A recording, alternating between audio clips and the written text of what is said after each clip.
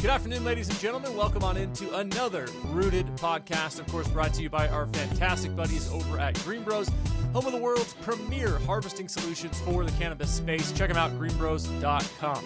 Tim Strombo coming to you from our Rooted podcast production facility out here in beautiful Denver, Colorado. Thanks for listening wherever you are. And of course, don't forget to subscribe to the show so you don't miss out on future episodes. We have big time podcasts coming up. They're in the editing room right now. One with Jim Belushi, one with Tommy Chong. So stay tuned. You'll want to stay informed for when those drop. They're really cool interviews. And we asked both of them some questions that I personally, throughout looking all the interviews and doing the research and seeing these interviews that these guys have done in the past, some of these questions I don't think they've been asked. And if they have, it hasn't made it to the final cut. So you'll hear some really cool information you've never heard before. Also, don't forget to check out Rooted TV, our bi-weekly web series airing on High Times TV, Cannabis Club TV, Harvest TV, and more. We always play portions of this podcast interview on the show, so it's a great chance to see some content you might have missed, or to put a name or a face to a name, I guess I should say. As for this show, we have a very fun show in store for you today, as we'll be talking with Jordan River, creator and host of the GrowCast, and someone who has spent years in the cannabis cultivation sector, so a lot of knowledge there. We'll get Jordan in here in just a minute to talk about how he treated his own epilepsy with cannabis when he was a teen, how he traveled the world when he was just a kid, and what that taught him, and a ton more awesome topics. But before we dive in, I just want to throw a quick shout out to our awesome sponsors over at Green Bros, home of the world's premier dry harvesting solutions, from small scale cultivations all the way up to your big daddy commercial grows. Green Bros dry trimmers, trichome extractors, destemmers, sorters, precision batchers. All these machines want to save you time, money, and labor. Check them out, greenbros.com, or call 844-DRY-TRIM to schedule a free demo in your area today. Also, if you're going to be at the NECANN convention in Boston, March 22nd to 24th, Lift in Toronto, June 6th to 9th, NCIA San Jose, July 22nd to 24th. If you're going to be at any of those shows, keep your eye out for the gigantic Green Bros booth at those shows. You can stop by, see the machines for yourself. Very impressive. And they'll tell you, you got to see these machines in action to believe them. Okay, without any further ado, let's welcome in Jordan River, creator and host of the GrowCast. You can check him out, growcastpodcast.com. Of course, linked in the description of the podcast below. Jordan, welcome on into the show, man. Before, we delve into all the stuff we want to talk about today, tell me about the GrowCast podcast. What are you guys doing on that show, and why should people check it out? Well, first of all, thank you, Tim, for having me on, and thank you for coming on my podcast, How We Connected. And I was really eager to jump at this chance because I do like what you're doing, and we've got some great on-air chemistry. Before I begin, Green Bros is awesome. I'm deep in the cultivation industry, and we actually just had Cullen Reichart on our show. What a great company. They're doing some amazing things. So that's no joke. You guys need to check that out. But as far as GrowCast goes, I started it back in 2015. And basically what happened was, after 5 years of growing, me and my best friend out there, he's Wolfman on the show. He was kind of my mentor, my biggest mentor when I was growing. Me and Wolfman would get together to hang out, and every time the topic turned to growing, the topic of conversation turns to growing. Even when we're like, no work talk, we worked all day in the grow room, let's just hang out. Next thing you know, we're talking about it. So we basically said, we got to turn on the microphones and get this out to people. And there was just such an outpouring of support, and the big guests came flooding in because there's not a lot of cannabis growing podcasts out there. So I've just been really, really fortunate to do what we do. And then we also expanded into other topics. We deal with cannabis history, industry interviews, much like you do, and a lot of really fun stuff. So growcastpodcast.com, or any podcast app, Spotify, we're all over the place. Which is interesting, because I think my fans will hear this and they'll be like, Tim, why are you having a rival competitive podcast on your show?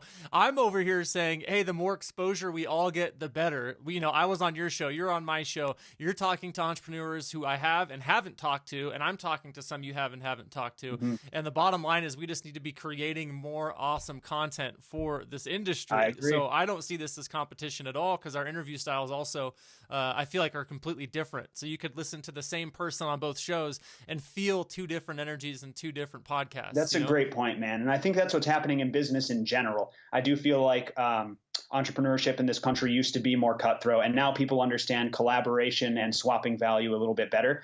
And there's no other space than the podcast space that does it that well, Was it interesting when you started doing the Grow podcast and talking about growing? Because every grower you talk to says, there's 100 ways to skin a cat. There's 100 ways to grow this or grow that. And there's no one set way. So how do you approach talking about growing and kind of keeping it specific so people learn, but also vague so people don't feel like, we're the best and you have to do it our way? Most podcasts out there basically do that. Especially the organic growers. Oftentimes they're called organosnobs because they do have it figured out and they do grow the best cannabis using organic. And so here's the thing, Tim. I realized a couple years into this, there's no way for me to cover all this. I grew a very specific common way to grow. It was in soil. It's called Sea of Green. But some people are doing hydroponics. Some people are doing aquaponics, which is growing cannabis using fish. Some people do deep water culture, which grows in just water. It's incredible what they're doing. So what I realized is there's no way I could cover this all. I need to bring in outsiders and pick their brains and figure out what they do. And one of the biggest compliments we receive from growers about the show is that we cover all growing types. There are not many shows out there that will give you advice on how to balance your synthetic nutrients and will also give you advice on how to build positive, good biology in your organic super soil. So in that way, we are kind of unique. And we're a podcast just like you, talks a lot about entrepreneurship in the space. And one entrepreneur, and it's a common thing a lot of them have said to me, but one comment that sticks out is never be the smartest person in the room. And I think the advantage we have to being hosts is we bring on people that are smarter. So we're never the smartest person in the room, which is sad, but at the same time, good in an entrepreneurial sense. Now, you had an interesting upbringing. You traveled the world as a kid. Tell me about how that came about, where you went, and kind of maybe what that taught you when you're that young. It's a really unique experience. Man, yeah. I mean, really, you can't understate it. My dad traveled for business. He was an entrepreneur. Since I was born, he's been an entrepreneur, and he traveled the world for business and brought me along from, as long as I can remember, probably up to age 16. And then he slowed down traveling. But I've been to 5 of 7 continents. I've been all over Asia, Europe, all over Africa. It was so mind-opening. Tim, on one of my podcasts, the Lifebook podcast, we actually deal with education quite a bit, and education in this country. And it's really interesting because public education is kind of failing our children. And if you think about it, the big problem is no applicable skills. So when you're raised all the way through your high school career, all the way through your schooling career to learn things like igneous rocks and cumulus clouds, the second you get out of high school and you're 18, almost none of that applies, and you're required to make money day in, day out, every day. That's what you need to do. And they don't teach anything about money. They don't teach anything about. I mean, it's such a shame that we're ill-equipping our children for real life. And I'll tell you what shaped me the most is history and travel. It is so mind expanding, and you pick up so much that you could never pick up in a classroom. I truly think it's the most mind expanding and educational experience that someone can have. Well, that's crazy. I haven't had the chance to travel as much, but I can identify with being let down educational wise. It always comes around this time of year too, when everyone mentions, they never taught us how to do taxes. I still don't. We have to pay people to do taxes, and that's just a skill we could probably teach kids. It's just so crazy. Yeah, I do have a 9-year-old niece who's learning to code. Cut you off here, but the problem is it was a system that was built during the Industrial Revolution, and that's what it teaches kids: how to show up on time, how to punch a clock. You're punished if you don't show up. You do your work. You be quiet. They squash creativity a lot of the time in these kids. And that was fine when we were running our country that way. But now you get out and what are you expected to do? You need to learn how to create media and create content and learn different softwares on a computer, money management, relationship skills. These are completely overlooked for a large percentage of your first 20 years, 18 years. Yeah, I definitely agree. Now, Jordan, the subject of cannabis as a medicine is something that's real controversial. I mean, it depends who you're talking to, really. Inside of the industry, I feel like a lot of people accept the medicinal value. Skeptics are always quick to point out the evidence is still anecdotal, which I have to agree with because there is a large supply of peer-reviewed studies. Not many of them have been popularized through common mainstream American culture. So people don't think there are these studies that prove the medicine can be applied for real life in real circumstances and be depended on. Anyways, that's another story for another day. But you're a firsthand cannabis user, and you dealt with it for medical reasons, starting when you were a teen dealing with your own epilepsy. Could you share that story with me? Yeah, I got epilepsy as a teen. I got the ep, and cannabis was a huge part of treatment. Anyone who believes that is not an epileptic, because I don't know if there's a single condition out there that cannabis helps more. It slowed my seizure patterns, didn't eliminate them, but where it really helped me was recovery.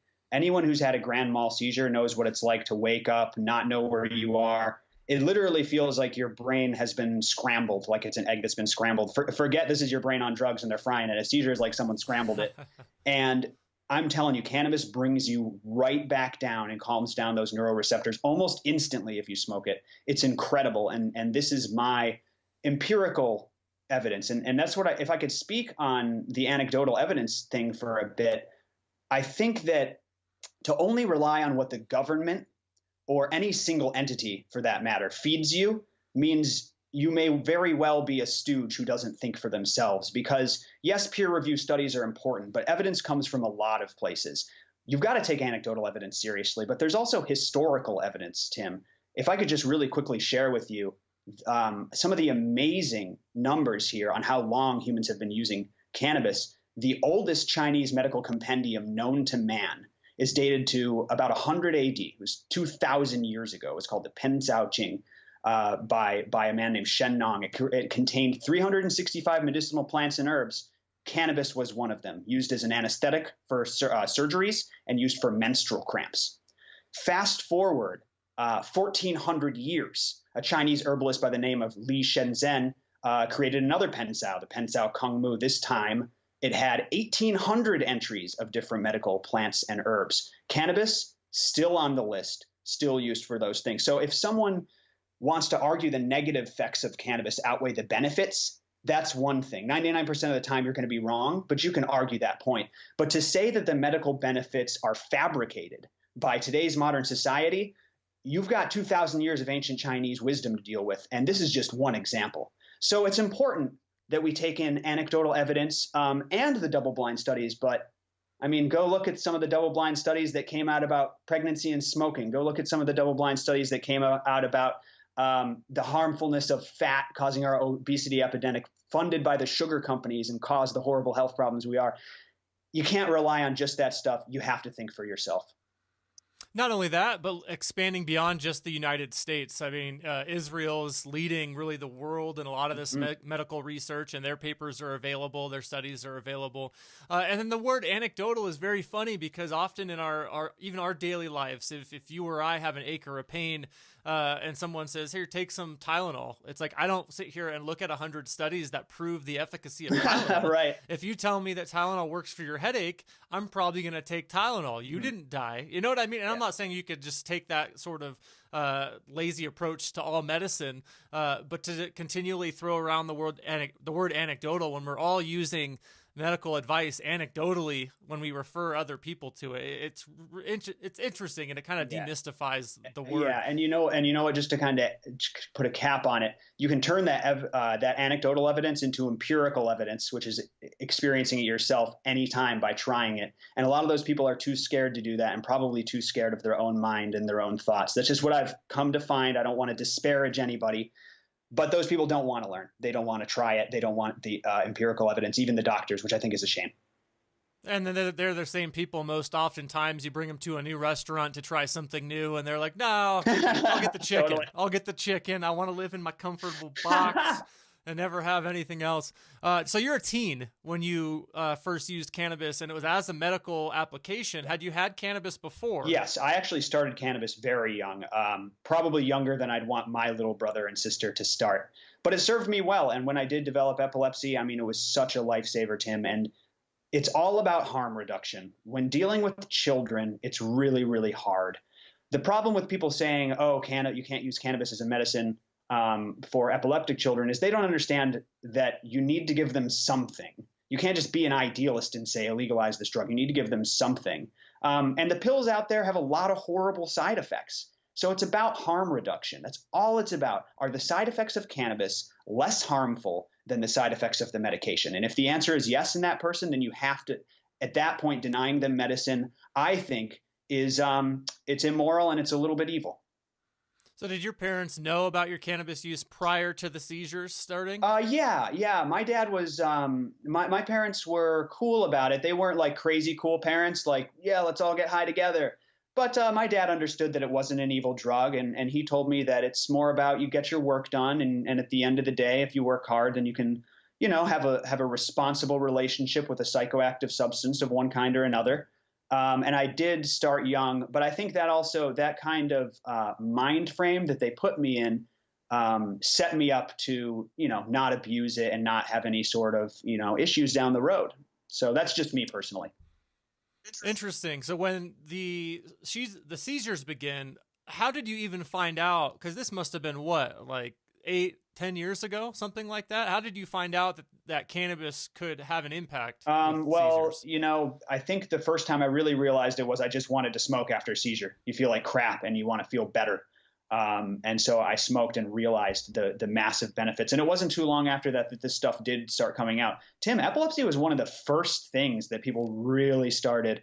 And that's so great because so many people have a seizure of one form or another. I believe it's something like 12%. I could have that number way off, forgive me, but it's something like 12% of people have had a seizure of one kind or another. So again, if you want to legislate cannabis one way or another recreationally, that's one thing. But if you're denying people medicine, that's kind of another level. So had you had seizures that you had recovered from without using cannabis? And then, oh, yeah. It's the worst. Then after that you started, I mean, that has to be all the anecdotal evidence you needed, right? It's empirical when you experience it. And man, it's unrivaled. It takes me, I don't feel right for 14 hours if I don't have cannabis. And cannabis progresses the calm down process so quickly. It's really insane. And that's the thing, these people who deny this stuff change their tune really quick when they have an epileptic young child. Now suddenly they're open to try anything. I do find that a lot of these people can be selfishly closed-minded. Again, I don't want to disparage anybody, but that's just kind of what I've seen. Oh, sorry, but you take a look at the Georgian politician from Georgia who imported CBD illegally to save his epileptic kid. So it's okay for him, but it's not okay for the populace. So yeah, and I feel like people that deal with cancer or pain management, any other symptoms, a lot of times they'll say no, not to cannabis unless someone either personally themselves or someone they know is directly affected and they see it and they see the improvement in the life. And that's when you see a lot of people that have these crazy different backgrounds, whether they're educational, medical, law enforcement, say, oh, well, maybe I had this wrong the whole time. Now that I've seen someone with no alternatives have to deal with it, it's super interesting. So you're big into the history of cannabis, you mentioned, and you're working on a new project around the history of cannabis. Could you tell me what that's all about? Yeah, man. I mean, this is something that we didn't see anyone out there doing. Like I was just referring to the ancient Chinese, there are so many awesome cultures that we explore. You guys got to check out Cannabis History. Find us on any of your favorite feeds. We dispel the Hearst hemp conspiracy, which is a really big one. We talk about Norse Vikings using cannabis. We talk about proto-Mongols smoking cannabis. But the one I'm working on right now, like you were talking about, is I'm dealing with a piece addressing cannabis and the turn of the 19th century, the 1700s into the 1800s, that is. And this is an interesting time because it's a time when this country is being formed, and hemp was a big part of the establishment of this country. But what a lot of people don't realize is that at that exact same time, and this just kind of clicked for me too, Napoleon was gearing up to do what he was going to do in the Napoleonic Wars, getting his practice on by conquering the Egyptians. And Egypt, I'm going to dive into that a little bit. They have such a rich history of cannabis use. I am such a fan of the Egyptian culture and their use of cannabis. It's incredible. And of course, Napoleon comes in, conquers everything, and immediately illegalizes cannabis to keep down the populist culture. That's the move. You illegalize their drug of choice, and then brings it back to France to study its effects. So we're going to deal with all that, deal with the founding fathers, a lot of misconceptions, and it's going to be a great episode. Interesting. And then where and when can people find that? Tim, I'm really lazy, and we have lots of great interviews coming out constantly. So I find time for cannabis history when I can, but I'm hoping to get that out this month. Awesome. Awesome. Be sure to update us because I want Sure. to share that out. Okay. Yeah, Now, fantastic. in terms of where we are right now in the history of cannabis, I mean, you mentioned looking back a couple hundred years ago. Let's try to prognosticate. I mean, look ahead 100 years. How will people, do you think, being involved in the cannabis history side as you are, how do you think people will remember this time that we're in right now? I think when people look back, 100 years from now, I think it'll probably be met with kind of like a chuckle and a sense of pity, like those poor ignorant savages going through their growing pains of, legalizing a plant, right? But you can say that about a lot of things, man. We break through on a lot of levels. In 100 years, they might be looking back at us eating meat and saying, "What were they doing?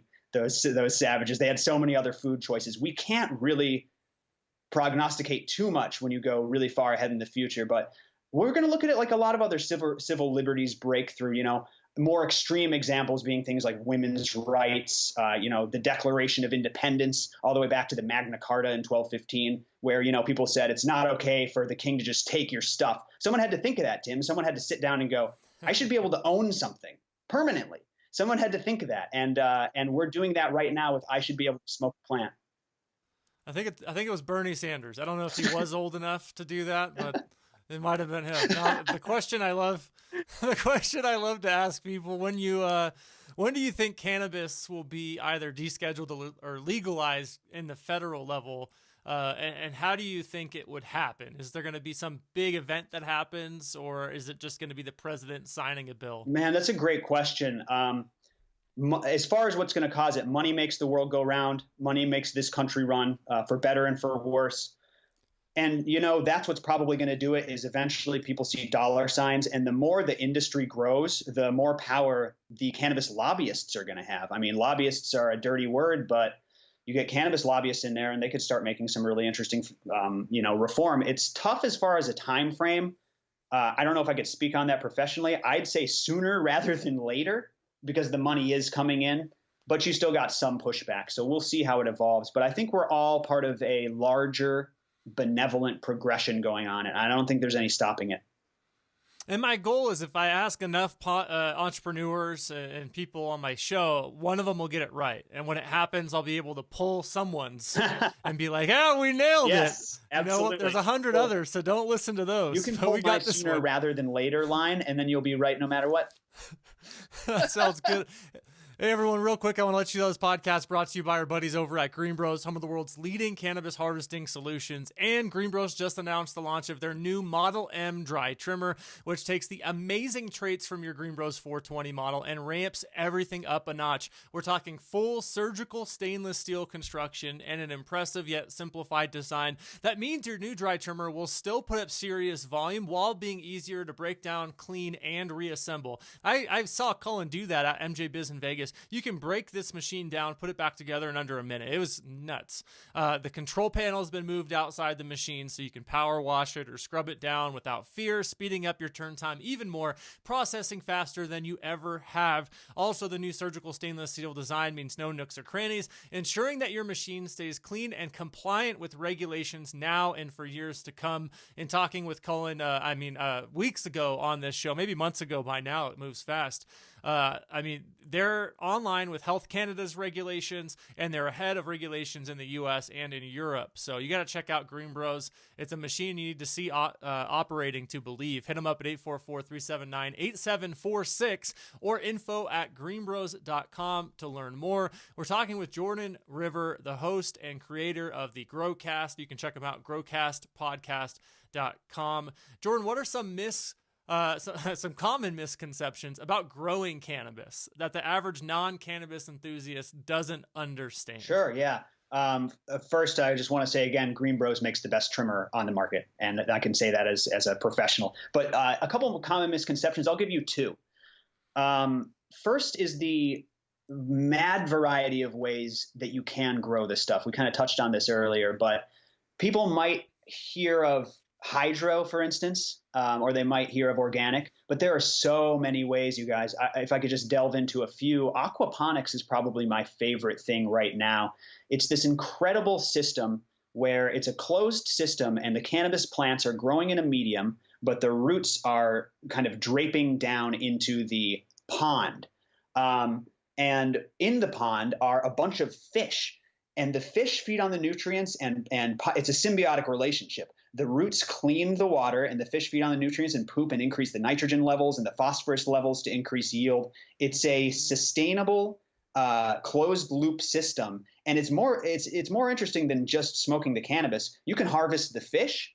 You can actually incorporate. I saw a really interesting setup in South America where they incorporated guinea pigs, because they eat guinea pigs down there. And that was part of it. So when you're hungry, you go grab a fish and an extra guinea pig, and you harvest your vegetables that are growing in the fish water. Amazing stuff going on. So the first thing I'd say is the wide variety.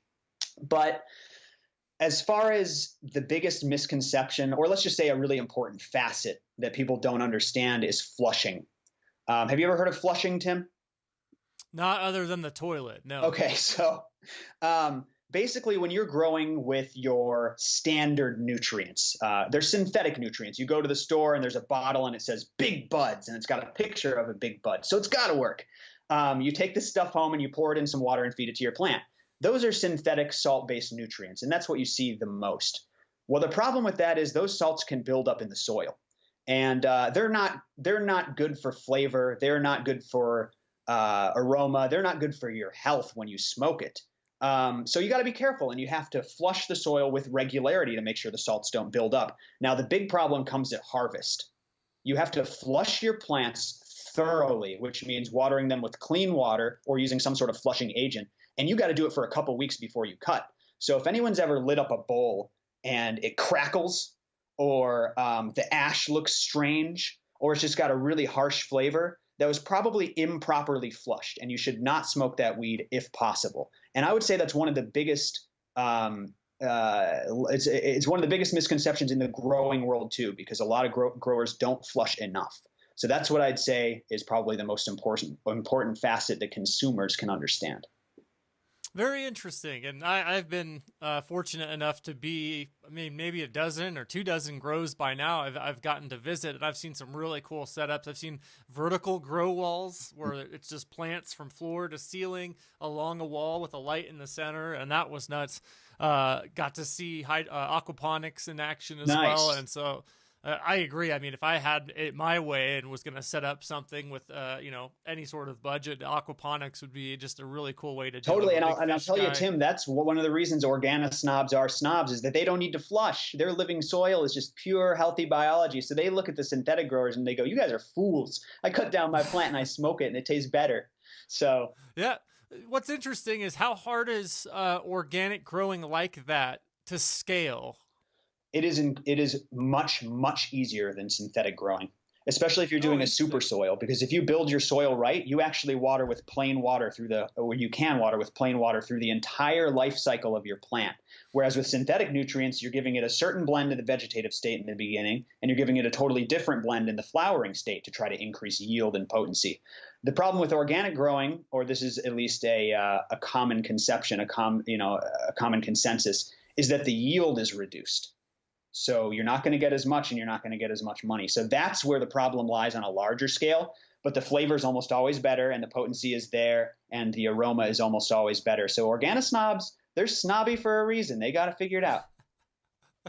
Now, you've been fortunate enough to interview some big names in the cannabis space on your show. Do you have a favorite interview that you've conducted that people should check out? For sure. For your audience especially, I think both Big Mike episodes, he runs Advanced Nutrients. I was really, really fortunate to get him in, one of the biggest synthetic growers on that side, and kind of demonized in some communities, including those organic communities. But I will tell you, what he's doing on the science side of cannabis is incredible. He's mapping the cannabis genome and looking for different genetic switches that you can switch on and off to control different aspects of the plant. And he's also looking into 3D printing cannabis oil, so you can get the exact same advanced product, cannabis oil, in London, Tokyo, and Denver. That is very interesting. I'll have to check that one out. Make sure you send that one to me so I can give it a listen. For sure. And then another one I'd say just really quick is the interview with Dr. Dan Engel. He's the medical director at onit.com. And he is a psychedelic expert and a CBD expert and very objective. He's not there to just say, everybody smoke as much pot as you can. Check that episode out. Very good. We're talking with Jordan River, creator and host of the GrowCast. Again, check him out, growcastpodcast.com, linked in the description below, whether it's on iTunes, SoundCloud, YouTube, or stayrooted.com. You can go ahead and click that link. Now, I know you have one or two other projects going on. You mentioned your history project. Can you tell me about some of these other things you have going on? Because you got a lot going on. I do other podcasts other than just cannabis podcasts. I've got a lot of projects going. Some I'm a host on, some I'm just producing. For your audience, I'd like to share two. One is the Mastering Happiness podcast. This is a podcast that I produce. I met up with a guy named Dr. Joel Wade. He studied under Nathaniel Branden, who some people may have heard of. He's kind of the father of self-esteem. He pioneered the self-esteem kind of field, and he's no longer with us. But Joel was his protege. So Joel is a happiness expert. And he put together a podcast, and they're 15-minute episodes to teach you the highest leverage principles and strategies to live a better life. He deals with things like compassion and grit and resilience and self-reflection. It's a personal development podcast. It's really heady, but it's also very relaxing and cool. So everyone can benefit from that show. It'll teach you how to be a happier person.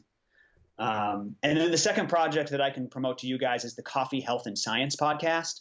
I'm so excited about this. I'm working with a company called Purity Coffee, and they're trying to create the healthiest coffee on the planet. Some of the studies that are coming out about healthy coffee are incredible. There are only 2 plants on this planet that have the wide array of effects on the human body, positive medical effects that they do, and that is the cannabis plant and coffee. So keep an eye out for that. Probably a little more niche, but I love doing it. Nice. You got to send me the links to those. We'll put them in the description of the Sure, podcast. that's fantastic. So when people are listening, they can go down and click on them. Okay. Totally. All right. Now, normally, I only have a couple more questions, by the way, so I'm not going to take up too much of your No time. problem. But normally, I interview entrepreneurs with specific businesses, which is really interesting because you talk about all these podcasts. I got to ask you, what is your main job? Or do you just always do all these different podcasts and producing and stuff like that? What do you do? Man, I started podcasting back in 2015. I've tried so many. I've launched and failed so many. It's incredible. And eventually they just stick. So the one that really stuck for me was I got a salaried position doing the Lifebook podcast. Lifebook is a personal development company, much like the Mastering Happiness and Nathaniel Branden's work. It's a life design system. It's really, really cool.